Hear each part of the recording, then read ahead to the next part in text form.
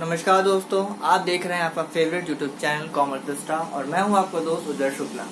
आज आपके लिए जो वीडियो लाया हूं उसमें मेन आपका कंसेप्ट है पीछे है कि explanation of important theory questions insurance के। मेरे लास्ट वीडियो में मैंने आपको इंश्योरेंस के इंपॉर्टेंट क्वेश्चंस दिए थे, जिसपे मेरे मतलब पता नहीं उन्होंने फॉलो किया कि नहीं किया है। प्रियांशु मोदी जी उन्होंने मुझसे कमेंट करके इस चीज कही कि सर आपने जो क्वेश्चंस डाले थे इंपॉर्टेंट क्वेश्चंस, क्या आप उन्हें एक्सप्लेन कर सकते हो। आज ये वीडियो उन्हीं को डेडिकेटेड है और उनके साथ साथ और भी उन सारे स्टूडेंट्स को डेडिकेटेड है जिनकी सेम प्रॉब्लम थी कि उन्हें इंपॉर्टेंट थ्योरी क्वेश्चंस एक्सप्लेन किए जाएं। ठीक है, तो शुरू करता हूं। आज मैं यूनिट वाइज ही बनाऊंगा और इस पर्टिकुलर लेक्चर वीडियो के 2 पार्ट बनेंगे, क्योंकि एक पार्ट ज्यादा मैं 10 मिनट का बनाऊंगा, इससे ज्यादा बड़ा नहीं बनाने वाला, क्योंकि आप लोग को बोरियत हो जाएगी देखने में। ठीक, तो आज के पहले पार्ट में देखते हैं कितने यूनिट्स कवर हो सकते हैं और फिर सेकेंड वीडियो में बाकी यूनिट्स कवर करेंगे। ठीक, तो लेट्स सी। बात करते हैं एक्सप्लेनेशन की। तो सबसे पहले बात करेंगे पहले क्वेश्चन की, जो मैंने बताया था आपको कि एसेंशियल एलिमेंट्स ऑफ इंश्योरेंस। ठीक, तो एसेंशियल एलिमेंट्स ऑफ इंश्योरेंस अगर बात करें तो पहला है ऑकरेंस मस्ट बी एक्सीडेंटल, यानी आपने जिस भी परिल या रिस्क के अगेंस्ट आपने इंश्योरेंस लिया हुआ है वो एक नेचुरल एक्सीडेंट लगना चाहिए। ठीक, ये आपको इसमें एक्सप्लेन करना होगा क्वेश्चन में। दूसरा है सिमिलर रिस्क। सिमिलर रिस्क का मतलब होता है, फॉर एग्जाम्पल मैं आपको इलस्ट्रेशन देते चलता हूँ। मान लो मैंने बताया था अपने इंश्योरेंस कॉन्ट्रैक्ट में कि 2 तरीके के रिस्क होते हैं। एक होता है लाइफ इंश्योरेंस का रिस्क और एक होता है जनरल रिस्क। ठीक, तो जनरल रिस्क है तो उसमें मान लो मैरिन इंश्योरेंस या मैरिन रिस्क है, एक्सीडेंटल रिस्क है, कोई भी है। उसमें होता क्या है कि सब लोग मिल करके एक पूल बनाते हैं। कहने का मतलब है अगर मेरे अलावा 3 लोग और हैं, मान लो ABCD और फिर उज्ज्वल शुक्ला है, तो हम 5 लोग मिलकर के जब प्रीमियम जमा करते हैं तो उस प्रीमियम से एक पूल क्रिएट होता है, यानी एक इंश्योरेंस फंड क्रिएट होता है और वो फंड हम 5 की हेल्प के लिए बनाया जाता है। लेकिन ये देखना होता है कि अगर मैंने लाइफ इंश्योरेंस लिया हुआ है, बाकी 4 ने जनरल इंश्योरेंस लिया हुआ है, तो मैं उनके साथ नहीं आ सकता, क्योंकि मेरा जो नेचर ऑफ इंश्योरेंस है वो अलग है और उनका नेचर ऑफ इंश्योरेंस अलग है। ठीक, तो सिमिलर रिस्क की बात यही है कि आपने जिस भी इंश्योरेंस को लिया हुआ है, आपको ये मतलब कंपनी को भी ये देखना होता है कि अगर उज्ज्वल शुक्ला ने लाइफ इंश्योरेंस लिया हुआ है तो बाकी 4 ने भी लाइफ इंश्योरेंस ही लेना है। जनरल इंश्योरेंस वाले लाइफ इंश्योरेंस के साथ अटैच नहीं किए जा सकते। ठीक, तीसरा है मस्ट बी डेफिनेट। डेफिनेट का मतलब है आपको जो भी लॉस हुआ है वो जहां भी मतलब एक पर्टिकुलर प्लेस और पर्टिकुलर टाइम पे होना चाहिए। ठीक, कोई भी आप रिमोट कॉज या रिमोट टाइम या कुछ भी अपने फिक्टिशियस कोई टाइम नहीं बता सकते। आपके साथ जो भी हुआ, जहां भी हुआ, जिस टाइम पे हुआ, वो पूरा आपको एक्सप्लेन करना होता है। ठीक है, अगला है capable of producing a loss. Obviously जो भी आपने रिस्क के अगेंस्ट इशू किया हुआ है, पर्टिकुलर रिस्क आपके लिए लॉस क्रिएटिंग होना चाहिए, यानी वो आपको लॉस प्रोड्यूस करे। अगर आपने जनरल इंश्योरेंस लिया हुआ है, मान लीजिए आपने ऑटोमोबाइल इंश्योरेंस कराया हुआ है, एक्सीडेंट हुआ, बाइक लड़ी, टूट गई, तो उसमें क्या हुआ, टूटी है बाइक तो लॉस हुआ। वही सेम चीज यहाँ पे। और फिर विद इन रीच, जो कि लास्ट है।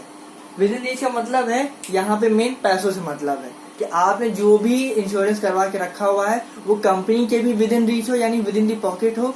और दूसरा, आप जो उसमें प्रीमियम भरेंगे वो प्रीमियम पेमेंट भी आपकी विद इन पॉकेट होना चाहिए। ठीक है, सेकेंड पे आते हैं nature, characteristics and scope of insurance. Nature और कैरेक्टरिस्टिक्स ऑलमोस्ट सेम देखा जाता है, क्योंकि इसमें कुछ ज्यादा अंतर नहीं है। तो हम मेन बात करते हैं कैरेक्टरिस्टिक्स की और फिर चलेंगे स्कोप पे। तो पहला है कोऑपरेटिव डिवाइस। कोऑपरेटिव डिवाइस फिर वही है, सिमिलर रिस्क से मतलब है, क्योंकि जैसे अभी पहले मैंने एक्सप्लेन किया कि आप अगर जनरल इंश्योरेंस वाले हैं और फॉर एग्जांपल 4 लोग जनरल इंश्योरेंस वाले हैं, मैं अकेला लाइफ इंश्योरेंस वाला हूँ। ठीक, तो वो 4 अपने अलग चलेंगे, यानी उनका अलग कोऑपरेटिव डिवाइस रहेगा, मेरा अलग कोऑपरेटिव डिवाइस रहेगा। ओवरऑल मैं as a life insurance policy holder, अगर मेरे अलावा 3 और है लाइफ इंश्योरेंस पॉलिसी होल्डर वाले, तो हम 4 मिल करके अपने प्रीमियम से एक दूसरे को प्रोटेक्ट करेंगे। कोऑपरेटिव डिवाइस का जो कॉन्सेप्ट है वो पार्टनरशिप फंड पर भी लागू होता है, जिसकी टैगलाइन है all for one and one for all, यानी सब एक के लिए और एक सब के लिए। तो अगर इंश्योरेंस पूल की बात की जाए तो वहां पे मेन होता क्या है, हम सारे लोग क्या करते हैं, प्रीमियम जमा करते हैं। उस प्रीमियम से होता क्या है कि हम एक पूल यानी एक फंड पूल तैयार कर लेते हैं और उसी फंड पूल की मदद से अगर मुझे लाइफ इंश्योरेंस में कोई लॉस हुआ है तो बाकी तीनों मुझे रिइंबर्स करें यानी इंडेमनीफाई करेंगे, और अगर उन्हें कोई लॉस होता है तो हम तीनों का यानी मेरा किसी एक्स किसी वाई का जेड को दिया जाएगा। ठीक है, अगला है कॉन्ट्रैक्ट। जैसे बाकी कॉन्ट्रैक्ट किए जाते हैं जो कि वैलिड होते हैं, लीगल होते हैं, वैसे ही इंश्योरेंस कॉन्ट्रैक्ट भी लीगल और वैलिड माना जाता है। ठीक है, इसमें भी दो पार्टियां होती हैं, इंश्योरर और इंश्योर्ड, यानी इंश्योरेंस पॉलिसी अप्लाई करने वाला और इंश्योरेंस पॉलिसी देने वाला, यानी कंपनी और इंश्योर्ड। ठीक है, अगला है कंसिडरेशन। कंसिडरेशन आप लोगों ने बिजनेस लॉ में पढ़ा होगा कि कोई भी कॉन्ट्रैक्ट होता है तो उसमें प्रॉमिस होता है, फिर एक प्रॉपर, यानी एक प्रॉपर वैल्यू दी जाती है कॉन्ट्रैक्ट के बदले में। ठीक है, तो वही वैल्यू यहाँ पे कंसिडरेशन का है। इंश्योरेंस में कंसिडरेशन क्या हो सकता है भाई? प्रीमियम हो सकता है, आपने अप्लाई किया, कंपनी ने ओके कर दिया, उसने आपको कवर दे दिया, उसके बाद वो कहेगी आप प्रीमियम पे करिए। ठीक है, फिर है प्रोटेक्शन अगेंस्ट रिस्क। भाई आपने जो पॉलिसी ली है वो मेन क्या करती है, आपके जो भी रिस्क है आपके पास उसके अगेंस्ट वो प्रोटेक्शन प्रोवाइड करेगी। ठीक, और यही प्रोटेक्शन आपको आगे भी मिलनी चाहिए। ठीक है, ये एक उसका फीचर है। अगला है device to spread the risk. ये फिर वही कंसेप्ट है जो मैंने कहा था कि सिमिलर रिस्क हो, सिमिलर रिस्क हो, कोऑपरेटिव डिवाइस हो, या फिर डिवाइस टू स्प्रेड रिस्क हो। होता क्या है कि एक बंदे, यानी अगर मेरा अकेले का लाइफ इंश्योरेंस और जनरल इंश्योरेंस दोनों है, तो जनरल इंश्योरेंस में मान लो मैंने अपनी बाइक या स्कूटी का इंश्योरेंस करवाया हुआ है, तो मेरे स्कूटी का जो रिस्क है जो भी है, चाहे वो चोरी का हो या एक्सीडेंट में डैमेज का हो, कुछ भी हो, वो मेरे अलावा बाकी 4 लोग के ऊपर भी स्प्रेडेड है इक्वली। क्यों? क्योंकि हम सबके सब प्रीमियम भर रहे हैं। कंपनी अपनी जेब से नहीं देती, कंपनी आपसे ही प्रीमियम लेती है और उसी को कलेक्ट करके आपको दे देती है in the form of policy amount. ठीक, तो वही चीज यहाँ पे device to spread the risk का एक इतना सा ही मतलब है कि अगर किसी पॉलिसी में अगर 5 लोग हैं, मान लो A, B, C, D और E, सबने प्रीमियम पे किया है। ठीक है, मान लो इन्हें लॉस हुआ, बाकी चारों ने जो प्रीमियम पे किया था तो इनका लॉस इन सब पर जाएगा। ठीक, उसी सेम केस में बी का loss A, C, D, E ऐसे जाएगा। मतलब कि किसी एक बंदे को अगर लॉस होता है या लॉस हो सकता है तो उसके लॉसेस को बाकी सारे पे डिवाइड किया जाता है। ऐसा नहीं कि सिर्फ ए का ही जो है लॉस सब पे डिवाइड होगा, बी का भी होगा, सी का भी होगा, डी का भी होगा और ई का भी होगा। ठीक, सर्टेन प्रिंसिपल्स का मेन मतलब है इसमें जब इंश्योरेंस कॉन्ट्रैक्ट लिया जाता है तो उसमें अटमोस्ट गुड फेथ और भी बहुत सारे प्रिंसिपल्स होते हैं जिनके थ्रू, प्रिंसिपल्स का मतलब है एक मॉरल वैल्यू, कि मॉरल वैल्यू के थ्रू हम चीजों को रेगुलेट करते हैं। सबसे बड़ी चीज है अटमोस्ट गुड फेथ होना चाहिए और कोई भी हिडन इंफॉर्मेशन नहीं होनी चाहिए। ठीक, ये तरीके जितने भी प्रिंसिपल्स हैं जो कि इंश्योरेंस को कंडक्ट करवाते हैं या उन्हें रेगुलेट करते हैं वो इसमें होने चाहिए। और तीसरा है रेगुलेटेड बाय लॉ। ऑब्वियस बात, जैसे बाकी सारे कॉन्ट्रैक्ट्स रेगुलेटेड बाय लॉ हैं वैसे ही इंश्योरेंस कॉन्ट्रैक्ट भी लॉ के थ्रू रेगुलेटेड होता है। ठीक है, तीसरा है, तीसरे बात करते हैं कॉन्ट्रैक्ट ऑफ इंडेमनिटी की और लाइफ इंश्योरेंस कॉन्ट्रैक्ट। इंडेमनिटी का मतलब होता है आप बंदे को वापस उसी पोजीशन पे वापस रख दो जहां वो पहले था। किस चीज के लिए? जैसे मैंने कहा कि अगर मैंने जनरल इंश्योरेंस लिया हुआ है और मेरी बाइक मान लो या स्कूटी में जा रहा हूँ, लड़ गया, टूट गई, तो टूटने के बाद क्या होगा? मान लो आगे की हेडलाइट टूटी, वो जो भी पैसा उसका लगा, तो मैं क्या था, एक्सीडेंट के पहले मेरी स्कूटी एकदम परफेक्ट दिख रही थी। ठीक, एक्सीडेंट के बाद मेरी स्कूटी की हेडलाइट टूटी, हो सकता है मडगार्ड भी मुड़ गया हो, जो भी हो, तो हुआ क्या, डैमेज हुआ ना। इस डैमेज को जब वापस उसी पोजीशन पे ला दिया जाता है, यानी वापस मेरी स्कूटी को परफेक्ट दिखाया जाएगा, उसी को हम इंडेमनिटी कहते हैं। इंडेमनिटी का मेन मतलब है to reinstate the insured person on the same position in which he was before the occurrence of the risk या peril। ठीक, फिर है life insurance. Life insurance contract में इंडेमनिटी फॉलो नहीं होती क्योंकि आप किसी की लाइफ के डैमेज को, यानी किसी की डेथ को आप पैसों में मेजर नहीं कर सकते। हो सकता है वो बंदा जिंदा अगर होता तो वो अपने लाइफ इंश्योरेंस पॉलिसी से ज्यादा कमा सकता था। ठीक, इन दोनों में डिफरेंस आपको ऐसे ही बताना होता है। ओवर इंश्योरेंस और अंडर इंश्योरेंस। ओवर इंश्योरेंस की अगर मैं बात करूं तो इसमें मेन जो इंश्योरेंस पॉलिसी होल्डर है वो जानबूझ के अपनी एसेट की वैल्यू ज्यादा दिखाता है ताकि वो इंश्योरेंस पॉलिसी से प्रॉफिट कमा सके। ठीक, और दूसरा चीज अंडर इंश्योरेंस में होता क्या है, इसमें इंश्योरेंस पॉलिसी होल्डर अपनी वैल्यूज को, यानी जो एसेट है उसने जो इंश्योरेंस करा के रखी है उसकी वैल्यू कम दिखाता है। क्योंकि होता है कि जितनी ज्यादा वैल्यू आप दिखाएंगे मार्केट में उतना ज्यादा आपके ऊपर टैक्सेस लगाने के चांसेस होते हैं। तो बंदा टैक्स की एक तरीके से चोरी करने के लिए अपनी प्रॉपर्टी को अंडर इंश्योरेंस दिखा देता है। ठीक है, चलते हैं सेकंड यूनिट पे और बात करेंगे उसके इंपॉर्टेंट थ्योरी क्वेश्चंस के एक्सप्लेनेशन की। बात करते हैं सेकंड यूनिट की। सेकंड यूनिट में जो है मेन है कि लाइफ इंश्योरेंस क्या होता है ये बताने के लिए मैंने कहा था, और उसके फीचर्स भी उस पर डालने के लिए कहा था। मेन है life insurance exactly life insurance नहीं, वो डेथ इंश्योरेंस होता है। क्योंकि लाइफ इंश्योरेंस में आपको अमाउंट सिर्फ 2 ही कंडीशन से मिलता है, या तो बंदा सीधे ऊपर जाए यानी डेथ हो जाए, या फिर मेच्योरिटी पे मिलता है। इन्हीं 2 में से कोई एक केस होगा तभी आपको पॉलिसी अमाउंट मिलता है। मैच्योरिटी का मतलब है कि आपकी जो लाइफ इंश्योरेंस पॉलिसी है वो एक टर्म के लिए बनाई जाती है, 10 साल, 20 साल, 30 साल, जो भी आपको रखना हो। तो जैसे ये टर्म आपको पूरा होता है उसे मैच्योरिटी का नाम दिया जाता है। मैच्योरिटी का मतलब है कि 10 साल बाद आप चाहें, 20 साल बाद या 30 साल बाद आप चाहें तो आप दोबारा उस पॉलिसी को रिन्यू करा करके दोबारा चालू कर सकते हैं। लेकिन आप चाहते हैं कि 20 साल बाद नहीं, हमें पूरा पैसा वापस चाहिए विद बोनस, तो आप उसे ले सकते हैं। ठीक, तो मेन है कि इंश्योरेंस। और दूसरी चीज मैंने पहले कहा था कि लाइफ इंश्योरेंस कोई कॉन्ट्रैक्ट ऑफ इंडेमनिटी नहीं होता। ठीक, जनरल इंश्योरेंस जो होता है वो कॉन्ट्रैक्ट ऑफ इंडेमनिटी होता है, लेकिन लाइफ इंश्योरेंस में इंडेमनिटी का प्रिंसिपल नहीं लागू होता। सबसे पहली चीज, इसमें प्रीमियम जो है पेरियोडिकली पे करना पड़ता है। वैसे तो ऑलमोस्ट सभी में पेरियोडिकली पे करना होता है अगर भाई आपको, लेकिन ये चीज अगर आप जनरल इंश्योरेंस ले रहे हैं, मान लीजिए आपने 2-3 साल उसको इंश्योर कराया, उसके बाद आप कह रहे हैं यार आप हमको उसको बेचना है, क्यों इसको फालतू में इंश्योरेंस पे इसका प्रीमियम पे करें, तो पेरियोडिकल पेमेंट सिर्फ लाइफ इंश्योरेंस पे ज्यादा फोकस करता है। क्योंकि कोई बंदा अपनी लाइफ को 2-3 साल के इंश्योर नहीं कराता, वो कहता है भाई जब तक जिंदा हूं तब तक पॉलिसी चलती रहेगी, फिर देखा जाएगा। ओवरऑल जनरल इंश्योरेंस में पेरियोडिकल पेमेंट की कोई बाउंडेशन नहीं होती, लेकिन यहाँ पे अगर आपने लाइफ इंश्योरेंस ले लिया है तो आपको पेरियोडिकल पेमेंट ऑफ प्रीमियम करना होगा, वरना आपकी पॉलिसी लैप्स कर जाएगी। ठीक है। सेकेंड है not a contract of indemnity, जो मैंने पहले बताया था कि आप किसी की भी लाइफ को इंडेमनिफाई नहीं कर सकते, यानी उसकी क्षतिपूर्ति नहीं की जा सकती। इंडेमनिटी का हिंदी होती है क्षतिपूर्ति। ठीक, अगर फॉर एग्जाम्पल मेरी डेथ हो जाती है तो क्या मुझे कोई रिप्लेस कर सकता है, या अगर मैं जिंदा रहता तो मैं शायद पॉलिसी से ज्यादा कमा के दे सकता था। ठीक है, इसी को कॉन्ट्रैक्ट ऑफ इंडेमनिटी कहा जाता है, लेकिन लाइफ इंश्योरेंस में कॉन्ट्रैक्ट ऑफ इंडेमनिटी का प्रिंसिपल लागू नहीं होता। ठीक है। अगला है इंश्योरेबल इंटरेस्ट। ऑब्वियस सी बात है कि जिस बंदे के लिए आप लाइफ इंश्योरेंस पॉलिसी ले रहे हैं उसमें आपका इंटरेस्ट होना चाहिए। इंटरेस्ट कैसा, मतलब अगर फॉर एग्जांपल हस्बैंड वाइफ अगर आपस में दूसरे के लिए पॉलिसी ले रहे हैं तो हस्बैंड का वाइफ में क्या इंटरेस्ट है, भाई बिलव्ड है, हमारी बेटर हाफ है, वगैरह वगैरह, बहुत सारे फैक्टर्स होते हैं। तो वहां पे आपका इंश्योरेबल इंटरेस्ट देखा जाता है कि आप जिसके लिए पॉलिसी ले रहे हो या अगर खुद के लिए ही ले रहे हो तो आपका बाकियों की तरफ क्या इंटरेस्ट है वो भी दिखाना होता है। ठीक है। आखिरी है फैमिली प्रोटेक्शन।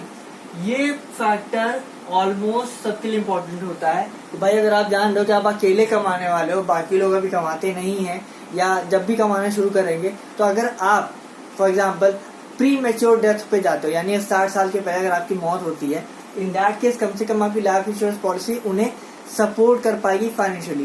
तो family protection in the sense of financial backup के सेंस में देखा जाता है। ठीक, ये चीज आपको एक्सप्लेन करनी होगी। अगला है procedure for taking life insurance policy. भाई हर एक चीज के लिए एक प्रोसीजर बनाया जाता है। ठीक है, तो उसी प्रोसीजर को हम यहाँ भी देखेंगे। सबसे पहला हमें टाइप ऑफ पॉलिसी डिसाइड करनी होगी, क्योंकि लाइफ इंश्योरेंस पॉलिसी में बहुत तरीके की पॉलिसी होती है, जिसमें whole life, endowment, term policy, बहुत तरीके की पॉलिसी देखी जाती है। हमने टाइप ऑफ पॉलिसी सेलेक्ट कर लिया, अब हम फॉर्म फिलअप करेंगे। ठीक, एक डॉक्यूमेंट फॉर्म मिलता है इंश्योरेंस एजेंसी की तरफ से, वो आपको देगी। फिर है मेडिकल, यहाँ पे आपका मेडिकल एग्जामिनेशन होगा, आपकी पूरी बॉडी की स्कैनिंग होगी, सब कुछ होगा, आपकी मेडिकल हिस्ट्री देखी जाएगी कि कहीं आपको कोई सीवियर बीमारी तो नहीं थी। फिर आप जिस एजेंट के थ्रू आए हैं उस एजेंट की एक कॉन्फिडेंशियल रिपोर्ट लगती है। इस मेडिकल रिपोर्ट को एजेंट ही फॉरवर्ड करता है और उसको वेरीफाई करता है। ठीक है।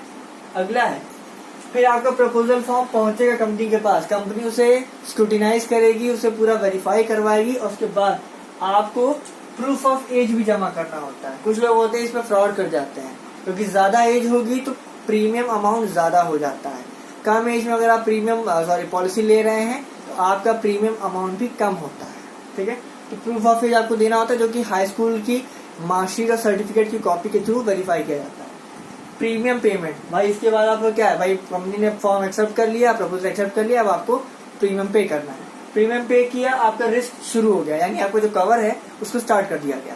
और लास्ट है पॉलिसी इशुएंस, यानी पॉलिसी डॉक्यूमेंट आपको दिया जाता है, यानी इंश्योरेंस पॉलिसी का एक A4 साइज पे डॉक्यूमेंट प्रिंटेड होता है कि हाँ इनकी ये पॉलिसी है, ये अमाउंट है, ये टर्म है, ये ईयर्स में इनका मैच्योरेशन है, ये सब कुछ उसमें लिखा होता है। अगले पे आते हैं, ब्रीफली एक्सप्लेनेशन है किसका, होल लाइफ पॉलिसी का, एंडाउमेंट पॉलिसी का, टर्म का। होल लाइफ पॉलिसी अपने वर्ड्स के थ्रू खुद ही बता रही है कि हमें अपनी आखिरी सांस तक प्रीमियम पे करना होगा, और जिस दिन हमारी डेथ होती है उस दिन हमारा जो पॉलिसी है वो हमारे डिपेंडेंट्स को दे दी जाएगी। ठीक है। सेकंड है एंडाउमेंट पॉलिसी। एंडाउमेंट पॉलिसी किसी पर्पस या टास्क के लिए ली जाती है। फॉर एग्जाम्पल मान लेते हैं अगर कोई है मिस्टर एक्स है, उनको अपनी बेटी की शादी करनी है, तो बेटी की शादी के लिए वो क्या करेंगे, एक पर्टिकुलर प्रीमियम अमाउंट जमा करते रहेंगे, और जब तक वो बड़ी नहीं हो जाती, 20+ नहीं हो जाती है, शादी की एज की नहीं हो जाती, वो तब तक इसको भरते रहेंगे। और जैसे ही बेटी की शादी की उम्र हुई, उन्होंने इस पॉलिसी को विड्रॉ कर लेना है कि भैया हमको 25 लाख की जरूरत थी बेटी की शादी के लिए, 25 लाख बन गए हैं, अब आप पॉलिसी हमें वापस करो। ठीक है। टर्म पॉलिसी भी ऑलमोस्ट एंडोमेंट जैसी ही होती है, लेकिन इसमें एक ही शर्त है कि इसमें या तो बंदे की डेथ पे आपको पैसा मिलता है, और अगर डेथ नहीं हुई तो फिर पूरी की पूरी जो पॉलिसी है वो लैप्स कर जाती है, और जितना अमाउंट है वो कंपनी अपने पास रख लेती है। टर्म पॉलिसी का एक ही सिद्धांत है कि बंदा या तो इसमें डेथ हो जाए तब उसको मिल दिया जाएगा, और कोई कंडीशन इसमें नहीं होती। मतलब आपने टर्म दिया कि भाई मैं 10 साल बाद हो सकता है मेरी मौत हो जाए, कोई सीरियस बीमारी रही हो, ठीक है, उसने फिर भी पॉलिसी ली, हाई रेट ऑफ प्रीमियम दे रहा है, लेकिन अगर मान लो 10 साल बाद बंदे की मौत अगर नहीं होती है, तो टर्म पॉलिसी के अंडर में उस पॉलिसी को कंपनी कैंसिल कर देगी और सारा अमाउंट अपने पास फॉरफिट कर लेती है। ठीक है। चलते हैं थर्ड यूनिट पे, और फिर बात करेंगे अगले यूनिट की अगले वीडियो में।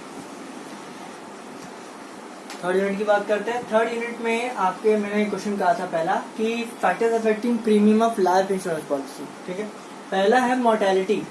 मोर्टेलिटी का मतलब है कि डेथ रेट। मेन है कि आप जिस मतलब आपके पास जो भी आता है प्रपोजल इंश्योरेंस पॉलिसी के लिए, आप देखते हैं वो किस एरिया का रहने वाला है। ठीक।